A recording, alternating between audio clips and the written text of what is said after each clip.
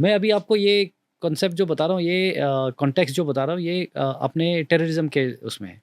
सो आज भी जो हम टेररिज्म सोचते हैं ना, हमने जो देखा है उस नज़रिया से देखते हैं। बट आई थिंक टेररिज्म भी बहुत बदली हो रहा है और बहुत सारे चेंजेस हैं।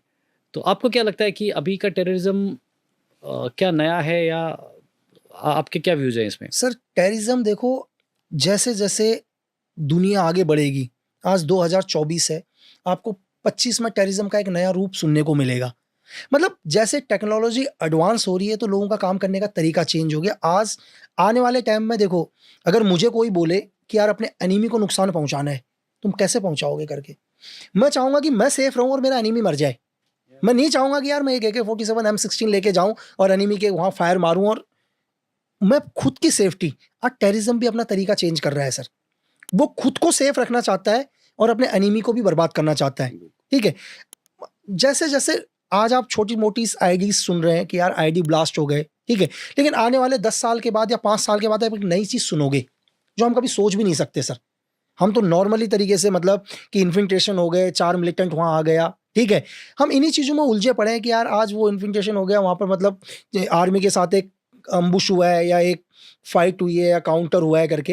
एक्चुअली क्या है, टेररिज्म का तरीका क्या है सर? टेररिज्म का तरीका है कि तुम वही दिखाओ जो दिख रहा है, प्लानिंग यहां करते रहो, ठीक है, इसको मत रोको। मतलब अगर सपोज करो उन्होंने ये तरीका रोक दिया तो हम भी एक्टिव होंगे, हमारी एजेंसी भी एक्टिव होगी कि यार साला साल भर से कुछ भी नहीं हो रखा करके, क्या चल रहा है, पीछे क्या चल रहा है, कंटिन्यू करते रहो। लेकिन प्लान कुछ और चल रहा होगा, लेकिन प्लान इतना बड़ा चल रहा होगा आप सोच भी नहीं सकते हैं सर। बिल्कुल। मतलब मुझे लगता है कि शायद हमें दुश्मन को ना कभी कम नहीं आंकना चाहिए। नहीं सर, दुश्मन को देखो, आप और अपने एनिमी को तो कभी कम हाँकना ही नहीं चाहिए सर। दूसरा, जैसे अभी हमारी बातें हो रही थी, तो इंडिया में भी कई सारे ऐसे केसेस हुए हैं, इंसिडेंट्स हुए हैं, जहां पर मिलिटेंट्स ने या टेररिस्ट ने या नक्सलाइट्स ने ऐसे ऐसी आईडीज लगाई हैं जो शायद कन्वेंशनल तो है ही नहीं। हमने कभी सोचा भी नहीं था कि इस तरह से ये आईडी हो भी सकती है, जैसे आपने वो फ्लैश आईडी का बताया। सर देखो, मैं आपको ये बोल रहा हूँ कि हमें लगता है कि यार एक मिलिटेंट, उनके भी बहुत सारे डिपार्टमेंट हैं, ठीक है, कि कोई फाइटर ग्रुप्स का है, कोई इनका मास्टरमाइंड बैठा हुआ है। वो इतने, ऐसा नहीं है, बहुत ही हाईली ट्रेंड है। अगर आप किसी की, आप IS में ही चेक करो सर, आप देखो कि कोई केमिकल इंजीनियर है, कोई लड़का, कोई ऑक्सफोर्ड से पढ़कर आ रखा है, हाईली ट्रेंड है वो लोग। मतलब आप आदमी की सोच नहीं चेंज कर सकते, मतलब कि वो किस लेवल तक सोचेगा करके। ये तो बहुत नॉर्मल है, फ्लैश आईडी तो बहुत नॉर्मल है सर, कि एक आदमी ने कैमरे से ब्लास्ट कर दिया। अभी आपने पेजर सुना होगा, ये बहुत नॉर्मल है। अगर मेरे से अगर कोई ये पूछे कि यार बॉम्ब या आईडी, मैं ये बोलूंगा कि यार आप लाइफ में अगर 2 चीजों को अवॉइड कर सकते हो तो आप तक आईडी नहीं पहुंच सकती। आप लाइफ के अंदर फ्लेम और इलेक्ट्रिक से दूर रहोगे तो आप तक आईडी, आप दुनिया के अंदर कौन सी चीज है सर, हम यहाँ बात कर रहे हैं, यहाँ भी हमारी इलेक्ट्रिक है, घर पर जानते फ्लेम है। इन 2 चीजों से तो इंसान कभी छोड़ ही नहीं सकता ना। अगर ये 2 चीज है तो आईडी को बनाने के लिए तो पावर सोर्स तो है ही ना सर।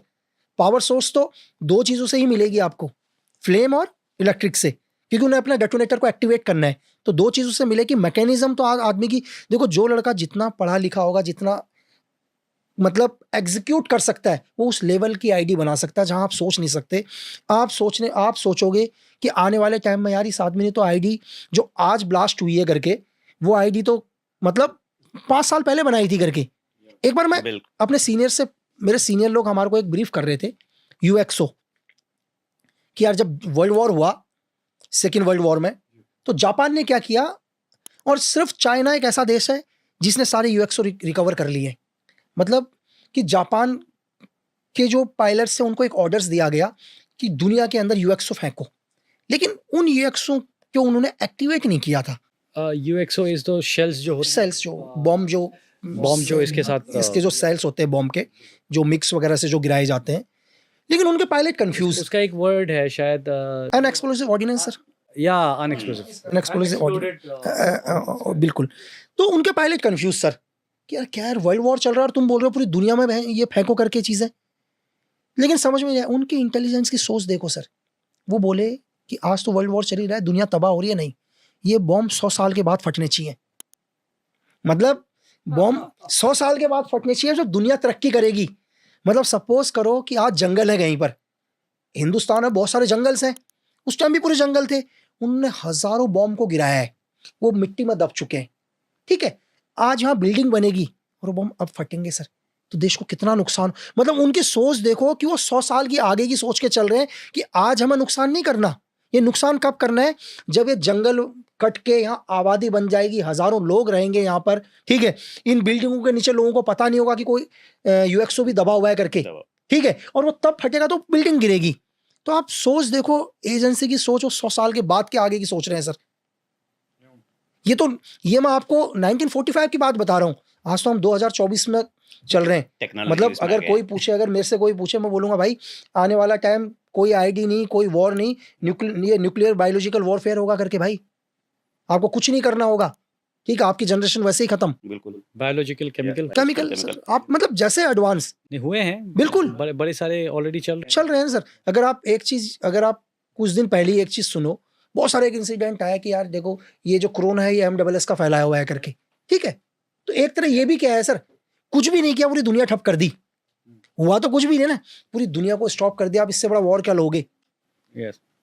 कुछ भी नहीं करना पड़ा किसी को, ना गोली चली ना बंदूक चला, लेकिन मिशन अचीव सर लाखों लोग मारे गए सर, गिनती नहीं है लोगों की, मार गए, इकोनॉमी रुक गई, दुनिया ठप कर दी।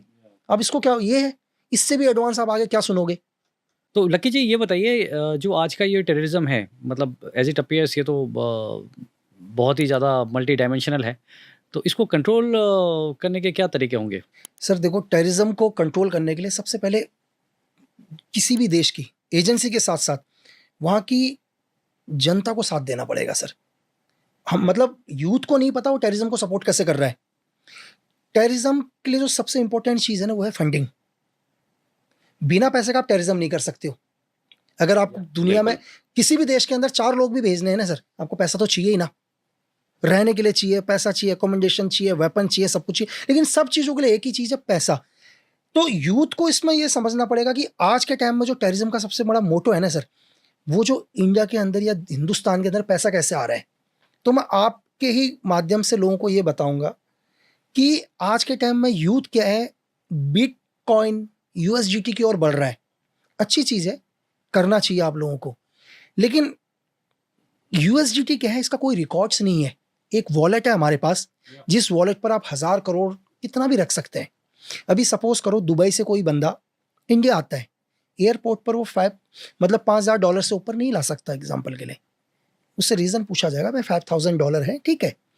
वो क्या करता है, अपने मोबाइल फ़ोन के अंदर 100 करोड़ लेके आता है, ठीक है, USDT लेके आता है, और वो नॉर्मली तरीके से एक ज्वेलरी शॉप में जाता है और बोलता है कि यार मुझे कैश दे दो, मैं तुम्हें USDT दे रहा हूँ।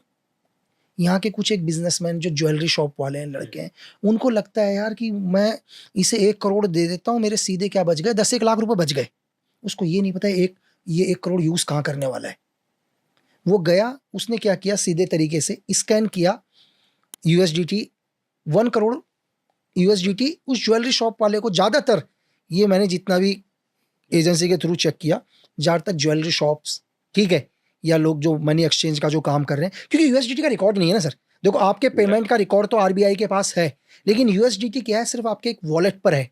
एक वॉलेट है जिसको आप दुनिया में कहीं भी यूज़ कर सकते हैं, एक डिजिटल करेंसी है।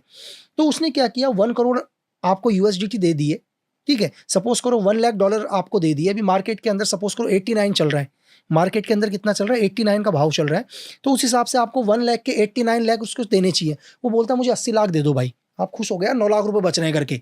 लेकिन वो 80 लाख मतलब उस लड़के को नहीं पता ये 80 लाख कहाँ यूज होने वाले। आ गया ना उसके पास करेंसी सर।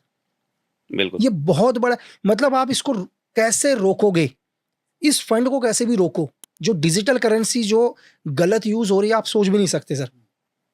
टेररिज्म का जो आज के टाइम का जो सबसे बड़ा पैसे को लाने का जो तरीका है किसी भी देश के अंदर, वो USDT है। क्योंकि लोगों के पास बहुत सारा ब्लैक मनी है, पड़ा हुआ है बहुत सारा पैसा, लेकिन वो पैसा एक आतंकवादी तक पहुंच रहा है आपके कुछ फायदे के लिए। आप सोच रहे हो यार चलो कोई बात नहीं, मेरे भी बढ़िया हो गया, चलो मेरे को भी डेली इनकम टैक्स का डर है, ED का डर है, मेरे वहां छापा पड़ जाएगा, ठीक है। मेरे पास भी बहुत लोगों के आए कि यार कहीं से USDT दिला दो करके। बड़े बड़े लोगों को USDT चाहिए क्योंकि उनके पास कई 100 करोड़ पड़े हुए हैं। डेली उनको डर है कि यार कब छापा पड़ जाएगा, जेल भी जाऊंगा, पैसे भी जाएंगे, लेकिन आपके एक वॉलेट के अंदर करोड़ों रुपए सेफ हो गए। लेकिन आप अपने चंद पैसों के लिए इस देश को आतंकवाद में झोंक दोगे सर, वो पैसा कितनों को बटेगा? अच्छे काम के लिए तो आ ही नहीं रहा होगा ना पैसा। तो ये बहुत इंपॉर्टेंट है, इसको रोकना सर। अगर आपने मतलब इस फंडिंग को रोका तो मैं ये बोल रहा हूं कि आप टेररिज्म को 50% रोक दोगे अपने देश के अंदर। आप बस आतंकवाद के हाथ पर पैसा मत पहुंचने दो।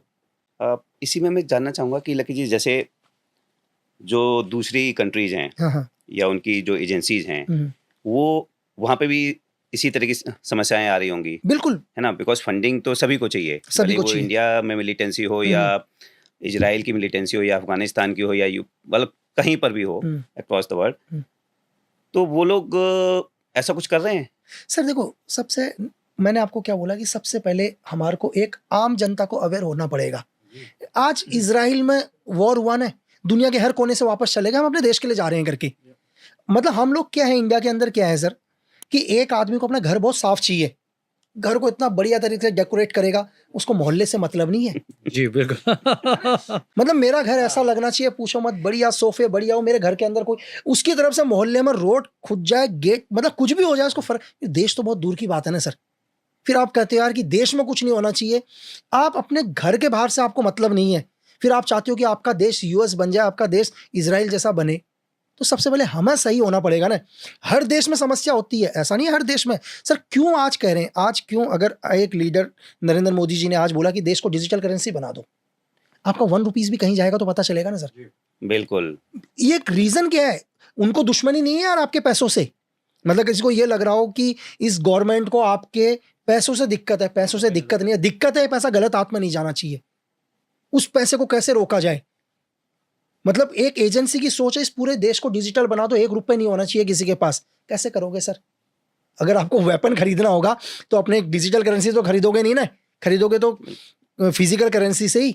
तो होता हर देश के साथ है, ऐसा नहीं है कि यह समस्या हमारे साथ ही है।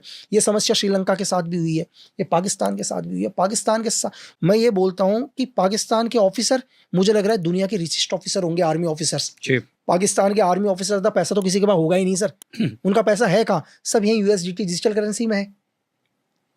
तो सबके साथ है, लेकिन एक आम आदमी को मतलब देश के हित में सोचना पड़ेगा, तभी आप टेररिज्म को रोक सकते हो। और यकीन मानो कि आज आप सिर्फ 2-3 लाख के चक्कर में इस यूएसडीटी को अवॉइड करते हो तो यकीन ये आपके पास 3 लाख की जगह 30 लाख बनकर आएगा सर। इस देश में जितनी शांति होगी ना, जितना प्रोग्रेस होगा, हर आम नागरिक को उसका फायदा होगा। ये हम लोग नहीं समझते। हम अभी चंद फायदे के लिए हम क्या करते हैं, छोटे से फायदे के लिए बहुत लंबा नुकसान, बड़ा नुकसान बनाते हैं। और वो बड़ा नुकसान कितना होगा आप सोच भी नहीं सकते हो। या टेररिज्म होगा सर, गवर्नमेंट का एक फंड है ना यार, गवर्नमेंट का फंड है भाई, टेररिज्म होगा, लोगों को नुकसान होता है, आर्थिक नुकसान होता है, वो पैसा कहाँ जाता है गवर्नमेंट का? उन्हीं जगह जाता है ना यार। वो पैसा आपकी भलाई के लिए होगा सर, वो पैसा आप ही के लिए काम आएगा ना।